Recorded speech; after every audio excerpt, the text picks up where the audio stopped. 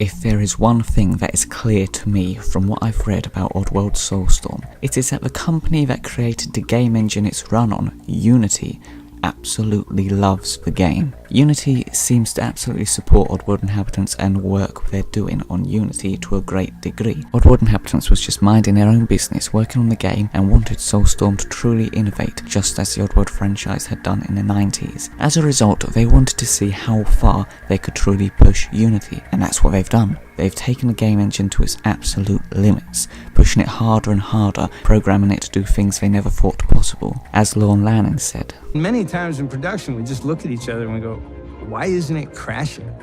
You know, I mean, sometimes we're running so much on screen at one time. Lorne has said that Unity has allowed Oddworld Inhabitants to do things that simply weren't possible in the 90s. They've allowed them to make a game which journalists have said is truly cinematic, incredibly filmographic. The Oddworld team has managed to push this game engine to do things such as liquid fire that simply would have made the game unrunnable before. This was just typical Oddworld stuff really, innovate just as they've always done. But what they were doing with Unity was so impressive that Unity Technologies, the company that created the game engine, started to take notice and great interest in Soulstorm. Apparently, Unity has been immensely impressed with what the Oddworld team is doing to innovate and do things with the technology that no one thought was possible. And Unity is in complete support of what they're doing. I believe that Unity wants to use Oddworld Soulstorm as an example to show off how powerful a technology their game engine is. As a result, they've been trying to get Oddworld Inhabitants more involved with Unity. They want to use the game they're working on as a spectacle. That's how good Oddworld Soulstorm is. And of course, Lorne Lanning and Benny Terry were invited to the stage of the Unity Keystone speech at the Game Developers Conference in 2019. Remember what was essentially the first proper bit of footage we got of Soulstorm, the cinematic of Toby and Alf on the train. That was shown not because Lorne was so eager to show it, but because Unity pleaded with him to let them show something of Soulstorm, and desperately wanted to show even more, unless I'm mistaken. Furthermore, the audio of Lorne Lanning I played earlier was from a video Oddworld Inhabitants did for Unite Berlin 2018, Unity's conference last year. That's quite something when you think about it.